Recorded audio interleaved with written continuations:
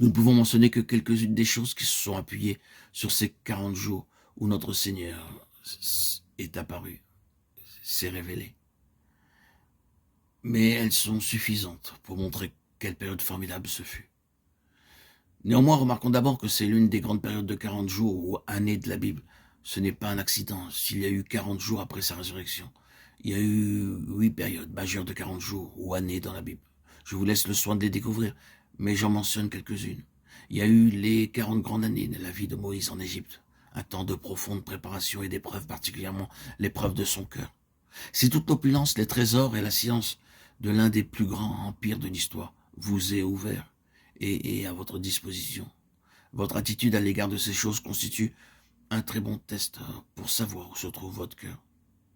Et Moïse a justement réussi à surmonter un test comme celui-là. À la fin de ses 40 années, il fut vérifié que son cœur n'était pas dans ces choses. Son cœur était pour Dieu et pour les intérêts de Dieu.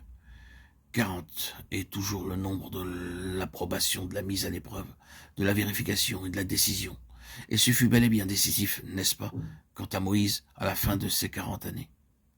Mais ensuite commencèrent 40 autres années pour Moïse dans le pays de Madian.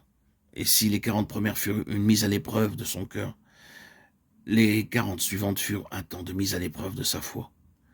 Quelle terrible probation ce fut.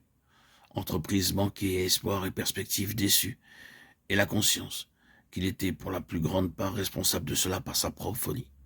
Ce fut une terrible épreuve de foi, mais il en émergea. Puis il y a eu les 40 jours et 40 nuits passés par Moïse sur la montagne. Quel temps d'épreuve ce fut pour Israël qui se trouvait en bas. Oui, c'était destiné à cela, je le crois, afin de les démasquer.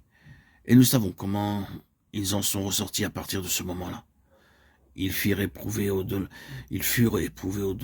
de toute question. Ce litige fut tranché de façon très précise. Et de cela, Dieu dut produire son grand mouvement concernant les Lévites. C'est là un sujet plein d'instructions, mais nous devons le laisser là. Et puis, il y a eu les 40 années d'Israël dans le désert. Quel temps de mise à l'épreuve, de probation et de décision ce fut.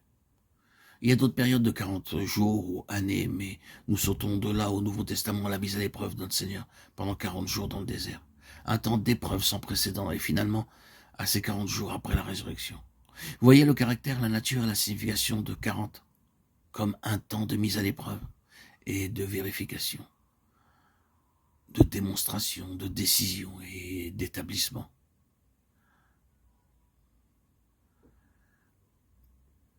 Tout cela a été réuni dans les 40 jours